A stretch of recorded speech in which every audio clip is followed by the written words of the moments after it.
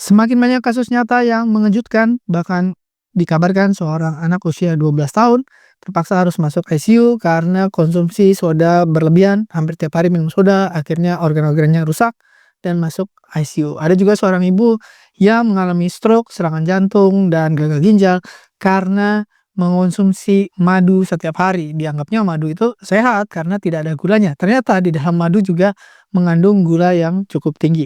Dan masalah gula ini itu tidak hanya terjadi di Indonesia atau di Amerika, tapi hampir di seluruh dunia. Bahkan WHO bilang 35 juta kematian per tahun itu berkaitan dengan gula yang berlebihan.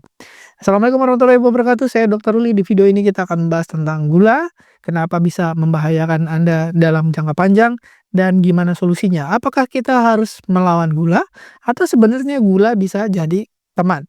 Pengen tahu? Simak sampai tuntas. Kalau udah siap, ayo kita mulai.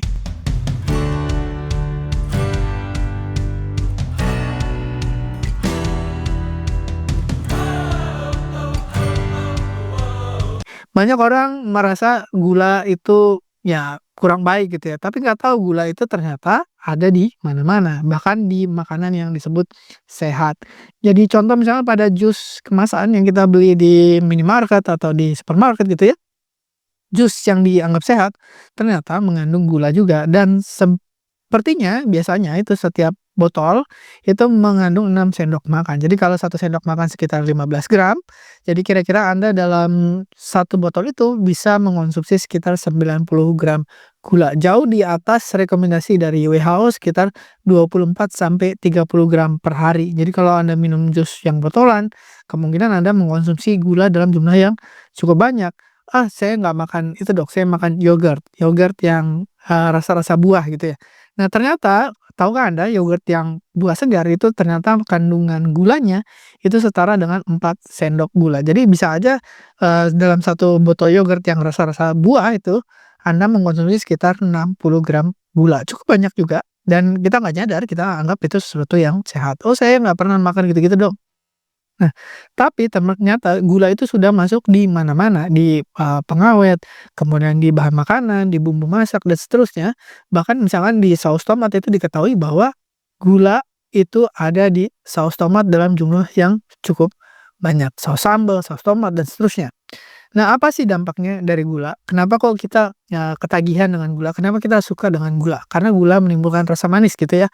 Nah, ternyata sudah ada penelitiannya, banyak peneliti melihat apa sih dampak gula terhadap otak, dilakukan pemeriksaan namanya MRI, ternyata gula itu menimbulkan rasa enak, rasa nyaman, rasa senang, atau men-trigger hormon ya, seperti dopamin dan seterusnya, ya supaya kita ketagihan dan suka dengan gula. Kenapa? Karena memang otak itu butuh gula, otak itu butuh bahan bakar yang paling disuka sama otak itu adalah gula. Jadi gula itu bahan bakar yang paling utama untuk otak. Makanya otak itu berusaha untuk mendapatkan gula sebanyak mungkin. Sayangnya, organ lain tidak seperti otak yang membutuhkan gula dalam jumlah yang cukup gitu ya. Jadi kadang-kadang organ lain tidak ada gula pun nggak apa-apa. Misalkan liver ya. Liver itu dia fungsinya memetabolisme ya, makanan yang masuk di metabolisme jangan sampai masuk ke dalam darah semua. Termasuk salah satu yang sering dimetabolisme adalah gula, ada glukosa, fruktosa, dan seterusnya. Jadi kalau glukosa itu sebagian disimpan, sebagian lemparkan ke darah, tapi kalau fruktosa itu semuanya disimpan di liver. Yang terjadi adalah kebanyakan menumpuk. Akhirnya terlalu banyak gula, numpuk di liver, livernya jadi perlemakan seperti jelly gitu ya, jadi kenyal gitu, namanya perlemakan hati. Banyak orang akhirnya, "Dok saya, nggak gemuk, saya tidak buncit perutnya, tapi kok perlemakan hati." Nah, itu bisa jadi karena terlalu banyak mengonsumsi gula.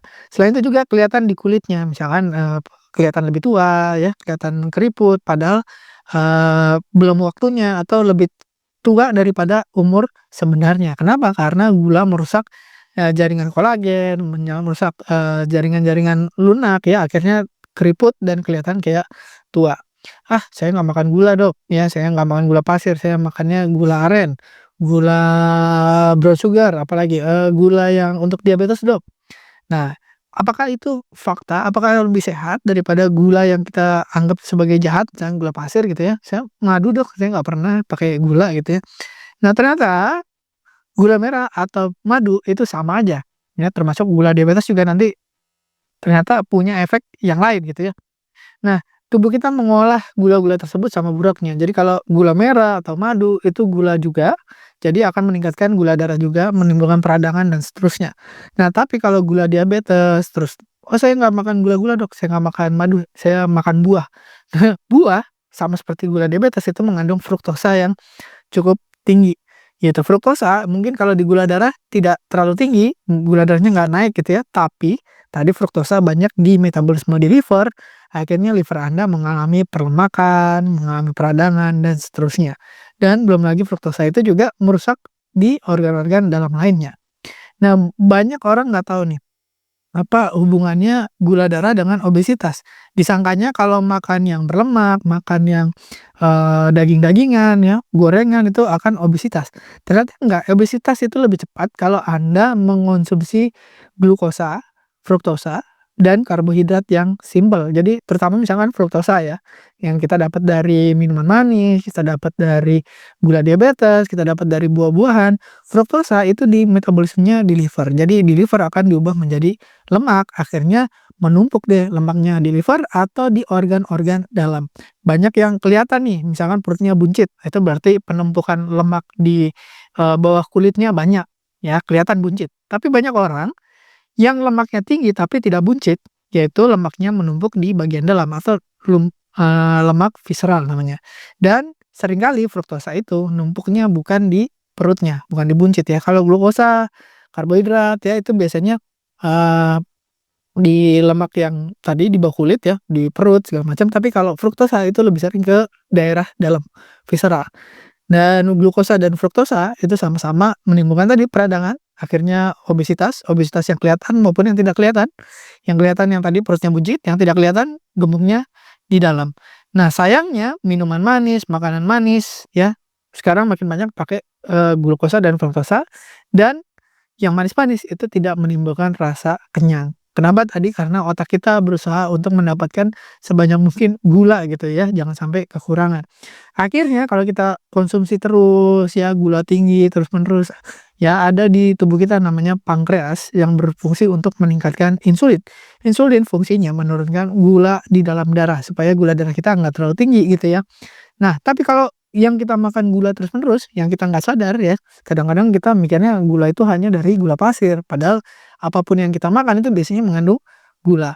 Nah, kalau gulanya tinggi terus, ya lama-lama insulinnya yang tadi dikeluarkan sama pankreas itu tidak bisa lagi memasukkan gula dari darah masuk ke dalam sel. Kenapa? Karena terlalu lelah gitu, terlalu capek, terlalu banyak, akhirnya sel-selnya merasa tidak sensitif lagi atau disebut resistensi insulin. Insulinnya ada, gulanya tinggi, tapi nggak bisa masuk karena selnya sudah merasa, jenuh gitu ya. Akhirnya tidak diterima lagi, akhirnya gula darah tetap tinggi, insulinnya tinggi, bahkan beberapa yang mengalami pankreasnya kecapean, akhirnya insulinnya turun, tapi gula darahnya tinggi. Itulah yang disebut dengan diabetes tipe 2. Diabetes tipe 2 apakah, mematikan? Nggak juga ya, tapi komplikasi dari diabetes tipe 2 yang mematikan. Bisa stroke, serangan jantung, gagal ginjal, amputasi, disfungsi ereksi, dan seterusnya, ya. Yang paling tadi mematikan adalah penyakit jantung dan pembuluh darah. Kalau diabetes, gula darah tinggi terus, jadi pembuluh darahnya jadi mudah rusak ya, itu menimbulkan peradangan. Peradangan itu, ada perlukaan di pembuluh darah. Luka itu bikin penyempitan, ya, perlukaan itu bikin penyempitan, tekanan darahnya bisa naik. Jadi resistensi insulin selain gula darahnya naik, tensinya juga bisa tinggi. Gabungan nih, penyempitan plus tekanan darah tinggi, makin banyak lagi perlukaan, makin banyak lagi peradangan. Nah, peradangan yang tinggi itu meningkatkan LDL dan trigliserid. LDL dan trigliserid atau lemak-lemak kolesterol yang tinggi, pembuluh darahnya sempit, tekanannya kencang, apa yang terjadi? Penyumbatan, terjadi plak. Nah, penyumbatannya kalau di jantung terjadilah serangan jantung.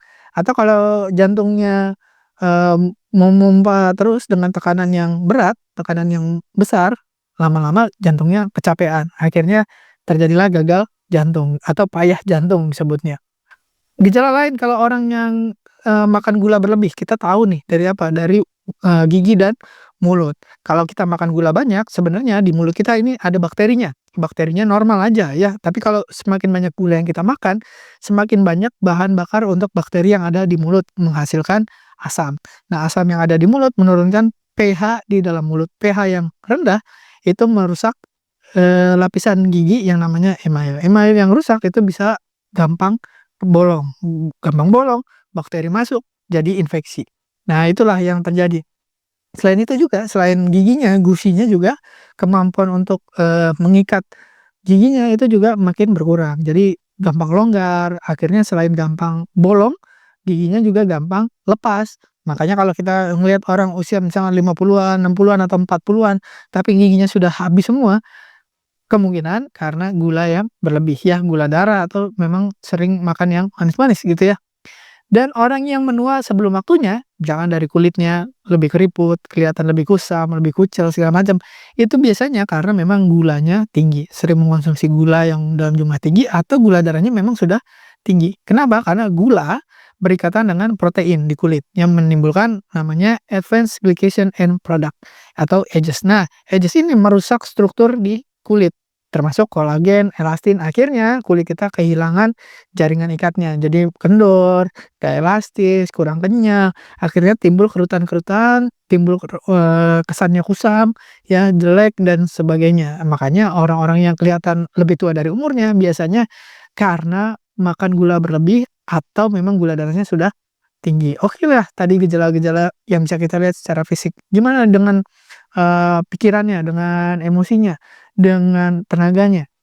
Ya ternyata terganggu juga. Jadi kalau misalkan Anda sekarang mungkin sudah mulai merasakan namanya sugar crash, misalkan habis makan, terus nggak berapa lama ngantuk, lemes ya, capek-capek gitu ya. Nah, kemungkinan Anda mengalami sugar crash. Biasanya kalau Anda makan makanan yang karbo yang, simpel atau gula yang tinggi, yang manis-manis, itu gula darah naiknya cepat dan tinggi ya. Terus tapi turunnya juga cepat dan, dalam. Akhirnya naiknya cepat, turunnya juga cepat, namanya crash. Yang dirasain apa? Ya tadi capek, ngantuk, lemes ya, terus di emosinya juga gampang marah, gampang tersinggung ya, dikit-dikit marah gitu ya. Jadi nggak cuman tensi tinggi yang bikin orang gampang marah, tapi juga gula darah yang naik dan turun secara mendadak. Dan biasanya kalau Anda sering makan manis-manis yang Anda tidak pahami atau tidak sengaja ya, sering makan buah segala macam, itu tadi gula itu sangat disukai oleh otak. Kenapa? Karena melepaskan hormon yang namanya dopamin. Dopamin tuh bikin happy ya, terus happy pengen lagi, happy pengen lagi, happy pengen lagi. Jadi kecanduan, kecanduan manis-manis, kecanduan gula. Makanya kita kalau lagi mood-nya jelek juga pengen yang manis-manis supaya happy tadi. Ya, tapi kalau Anda tidak menyadari ini akan nggak berhenti-berhenti, seperti lingkaran setan. Ya, makan manis, bikin happy, happy pengen lagi, nah tapi tubuhnya rusak. Tubuh rusak, makan lagi, tubuh rusak, makan lagi, tubuh rusak, makan lagi, nggak berhenti-berhenti. Kenapa? Karena tadi otak kita pengennya yang manis-manis gitu. Kenapa? Karena hidupnya penuh dengan stres. Gitu, hidupnya penuh dengan stres, makin kepengen makan yang manis-manis, biasanya gitu. Nah, selain itu juga kalau gula darahnya tinggi atau kita sering makan yang, gula tinggi, ya, itu meningkatkan risiko kanker, udah banyak penelitiannya. Kenapa? Karena gula itu meningkatkan peradangan tadi, peradangan yang kronis atau terus-menerus, itu memicu peradangan di seluruh tubuh. Peradangan seluruh tubuh memicu tadi sel-sel kanker, stem sel kanker untuk mutasi menjadi kanker. Tadinya mungkin banyak orang punya gen kanker, tapi tidak semua akhirnya menjadi kanker. Biasanya kenapa? Karena ada pemicunya. Pemicunya apa? Biasanya peradangan. Peradangan dipicu oleh apa? Gula yang tinggi dan juga stres tinggi.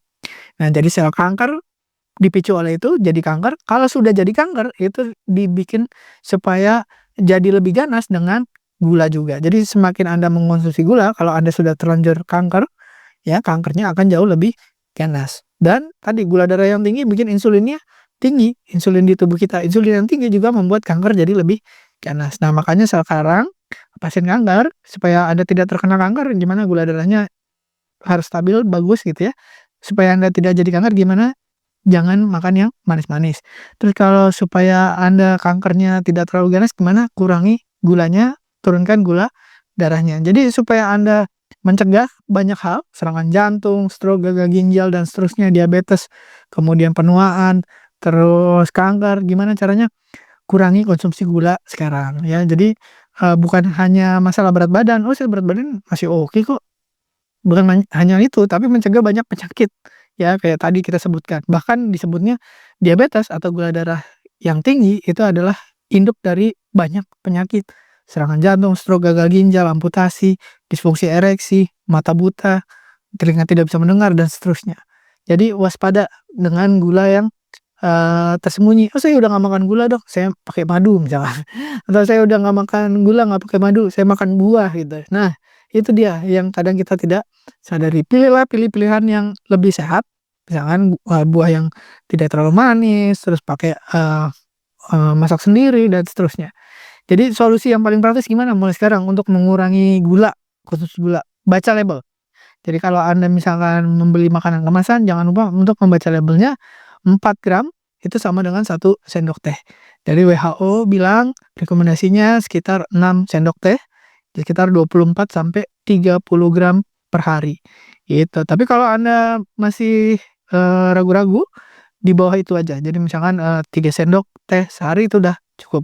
Misalkan Anda suka snack, makan snack yang manis-manis terutama ya, atau yang gurih itu biasanya ada gulanya juga. Jadi kalau Anda makan snack, mulailah, dengan snack yang seratnya tinggi, atau yang kadar gulanya rendah, contoh misalkan dark coklat yang 70%. Dan latihan untuk detoks gula. Selama 7 hari aja Anda berusaha untuk tidak mengkonsumsi gula sama sekali, maka lidah kita akan reset. "Dok, saya nggak bisa Dok kalau nggak manis," misalkan minum teh atau minum kopi. Coba deh latihan.